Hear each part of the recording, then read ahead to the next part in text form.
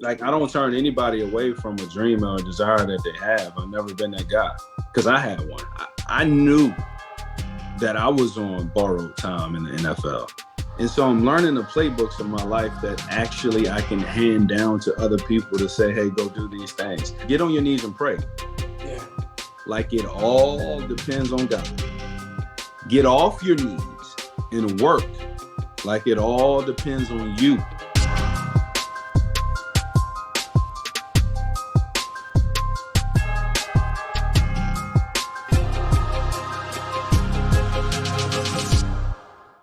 I appreciate your time, man. You are certainly a man of a lot of different talents these days. Just to start off, just tell me the idea of you being interested in music and production and where that all even came from, or has it always been there for you?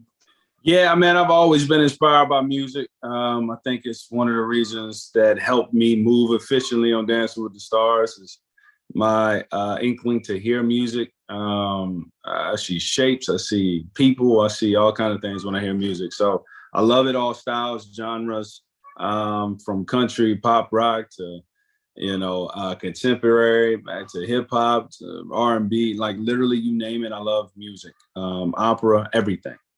So it was as innately at some point I dabbled my hand into it, man. I was telling somebody earlier, whatever I touch, it turns to gold. So if you see me, shake my hand. I love being a novice in a room because I won't be that too long. I love learning. I'm an autodidact. And I thought to myself, why not try music? Because I wanted to create some montages, and I started streaming on Twitch, and there's so many laws and rules that you can't stream with this sound in the background, this music. I was like, screw it, I'll make my own. So here we go. I wanted to find some guys that had a similar vision as I do, and allow me to really executive produce this entire album and make sure that it's to my standard. I'm proud to be a part of an album that literally has not one cuss word in it, no racial and slurs at all, and that's dope at the same time. So that was a big goal for me. I let that be known first to the guys that's on the album. Ain't no cussing, ain't no negative, derogatory words, because I ain't about it. Yeah, I love that. Just positive vibes, right? I mean, that's what we all need these days, for sure, man. And I understand these are all local artists, or at least artists local to our state of Virginia here. Tell me that special connection and why that was a huge push as well. Yeah, there's only one artist. He's down in Florida that is not here in Virginia. Chad Nelson, he's dope.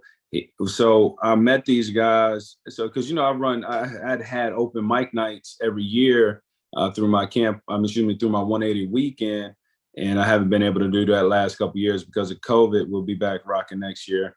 And so these guys were some of the artists that actually came through. I don't know if people take me serious or not, but when I do open mic, it's an open mic because I'm looking for talent.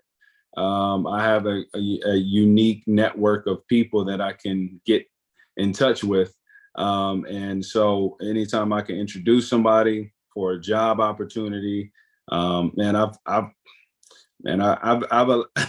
put more people on job opportunities, business opportunities, connections, and everything, man. Like when I come in town, I don't come in town to try to like show off of anything. I really try to open up my networking book of, yo, does anybody here got any talent, any desire? Do they work hard? Are you willing? I probably know some people that you probably sit in your living room and say, I wish I could. Maybe you could. Come holler at me if it makes sense. Don't get mad if it doesn't. But, any ask, I don't turn anybody away from a dream or a desire that they have. I've never been that guy because I had one, a very lofty one. And so, I met these guys at the 180 weekend event, the Family Fest. They came out, performed. They waffed it. It was pretty bad. That's our running joke. I don't know what they were doing at that time, but they were young and trying to figure it out. They did well. And so, but we kept in touch, man. And it so happens at the right time that they grew, man. They grew so much and they kept at it and they stayed hungry. And, I hit them up and we crossed paths and I heard a song that they did that inspired me. And I said, hey, let's work together and make an album. We meet every single Sunday. Guys don't miss, they're committed. We put out the beat, I give the vision, they put out the lyrics. I'm on 2 of the records myself, but then we come together, yes, no, yes, no, yes, no. And here we are at the completion. Man, that is awesome. And the whole name, Never Lost, I imagine, does that go back to, as you mentioned, everything you touch turns to gold? Never lost, man. I really don't lose. I don't lose. And, I love it, man. It's an attitude as well, obviously, man, because for me, it's double entendre for myself. The reason why I even started a company, an esports company too, and Never Lost, is because it's hard for me to lose if guys already won a major battle. Like I can't, literally, I don't lose. I had a conversation with a buddy one time. He was like, yeah, we're playing, right? He's like, man, I'll kill you. And I was like, okay, I get to go to heaven. Wow. What a punishment. So I can't lose, bro. That's a mindset too. Yeah. But then that allows you to actually dive and, venture out and try something new. And, I'm more, my confidence shouldn't be there. It's more so that I'm very curious than I am confident. I'm curious to see if I can mess around with music. I'm curious to see if I can dance. I'm curious to see if I put my hand a pad, would people read it and appreciate it and become a New York Times bestseller. I'm curious if I write a motivational speech, will it be accepted at a commencement speech? I'm curious, if I call somebody I haven't talked to in a long time and pray with them, will it change their life? I'm curious, man. And so my curiosity is, don't take it as confident. I'm just a curious guy. Yeah, absolutely. And it is nice to be multifaceted, as you mentioned. I mean, you're an author, producer now. And obviously a lot of us know you from your playing days on the football field. I want to get your thoughts because it's always interesting to hear from your perspective, the thought around Liberty and how much it has grown over the years. Tremendous, right? I mean, from what we can see, but can you touch on that and just how special that is for you to see where that program is now today? Absolutely. I love it. I love it, man. I'm so happy from afar and near. I was very humbled to receive a jersey retirement and inducted in the Hall of Fame at Liberty University. It's very neat to watch another guy explore the NFL. I've had a chance to sit down with him, break bread, and I share with him a bunch of stories. Giving him as much experience and expertise as I possibly can from not only an NFL player, but not only somebody that graduated from Liberty, not only just a believer, but also somebody who's well respected in the NFL that had a career, not just a couple games, that was an NFL player rep, voted by his peers, that was an NFL captain, voted by his peers, that also was his own agent. That was a starter for 6 years in the NFL, which means I was one of 32 human beings walking around on this earth. Like, it's a lot there that I got a chance to share my experiences with him and in hopes that he can absorb it and plant seeds. Because a lot of stuff I told him when I talked to him, I could see and he's going, some of them, he's going to call me in a year or two. I'm like, oh, okay, I get what you're saying. But like right now he's on cloud 9 as he should be. It's more of a ceremony to his accomplishments at this moment. Sure. And he's just anticipating. It's kind of like anticipating the birthday gift that is under the tree. And then as soon as he unwraps it and sees that shiny gift, and then, the bigger the gift you get under the tree, the harder it is to, move it. You know what I mean? So that's about to come. His gift is going to be unwrapped, and then you got this humongous gift under the tree. Now the issues that you're going to have is how do you get it in the house? How do you move it into your room? How do you eat? All these things going to start to come, right? And so those are the conversations I was, having with him and thinking about future and 10 years from down the road and, all that stuff, because he's going to take care of the immediate. Yeah, absolutely. I was going to ask, what do you think you did that was the most important thing in terms of sustainability and not thinking about just that immediate, but as you said, not just having a few games in the NFL, a nice, solid career, well-respected player. So what were one of those vital things perhaps you did to make sure you were thinking long-term? For sure. I trained. I didn't work out. I trained. There's a difference between working out and training. Even working out, I work out now. I go to the gym, sweat, look around. Hey, what's it? Like, you at the gym, exercising, making sure the blood moving and getting some grease off of your skin. Like, that's, you stay clean. But when you training, boy, it's different, and it should feel different. It should smell different. It's a look in your eye that's completely different.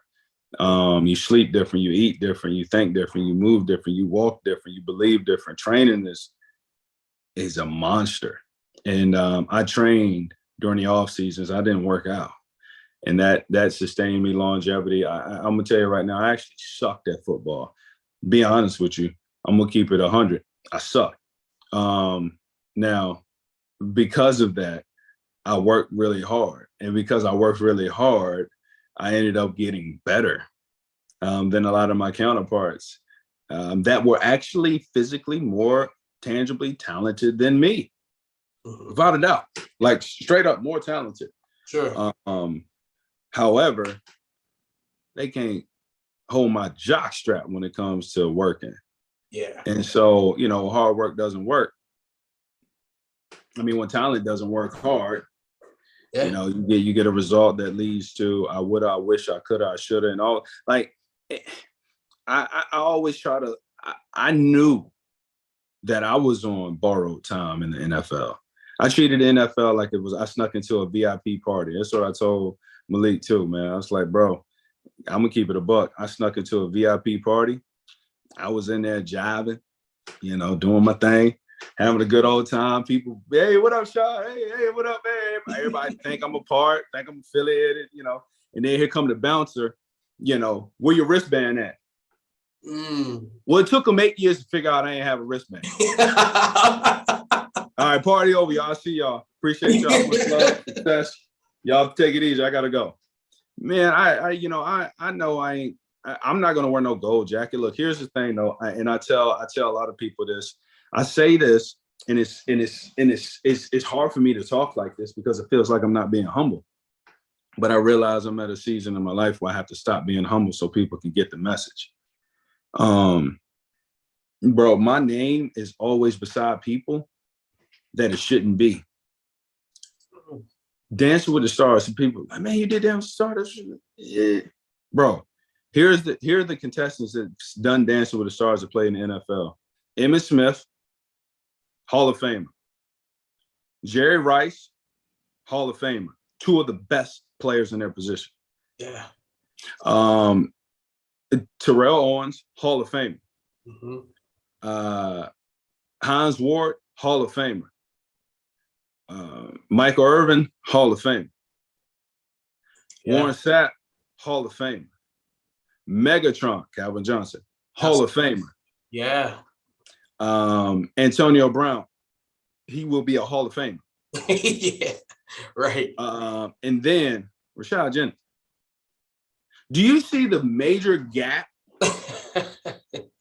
between those names that's ever been on that show that played in the NFL? And then you say my name, is like, yo, that just something is off. Yeah, just right? Mind-boggling to you. Yeah. And my name is always like that on many stages. And I'm coming to realize that, dude, I'm doing something right. Right. And I've been trying to figure out what it is and bottle it so I can give it to somebody else. Yeah. This is what I figured out that I'm doing in part. It's many different layers. Like, there's a playbook to this thing, man. I'm really figuring this out. A playbook works for me. If you give me a workout plan and tell me to do, hey, here's a workout plan. There's a page and it says, y'all, you need to do 5 sets of 5 on the squat, 5 sets of 5 on the bench, blah, blah, blah, blah, blah, blah, blah, blah. I will go kill it. The reason why is because you gave me the playbook. I can go do this now. This is easy. right? But see, when people tell you, hey, you need a network, what's the playbook? How do you do that? Yeah. When people say, hey, go work hard, what's the playbook? How do you do that? Yeah. Give me a playbook and I'll go succeed. And so I'm learning the playbooks of my life that actually I can hand down to other people to say, hey, go do these things. The very top of it, of all the playbooks, I'll say this: get on your knees and pray. Yeah. Like it all depends on God. Get off your knees and work like it all depends on you. Between the two, you'll find your fate. If you do one without the other, it will not happen. If you work your tail off without getting on your knees and pray, it ain't gonna happen. If you pray and don't work, it ain't gonna happen. Yeah. You gotta do both. Let's start there. There's the first play.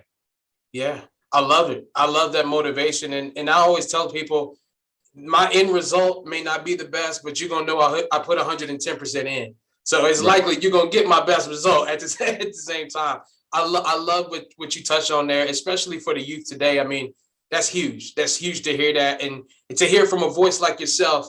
As you mentioned, you set that parallel for us. These names, my name is next to them, but it still feels out of place to me. Feels out of place. 2016, I'm giving a commencement speech the same exact day and the same exact hour that President Obama is giving the same speech.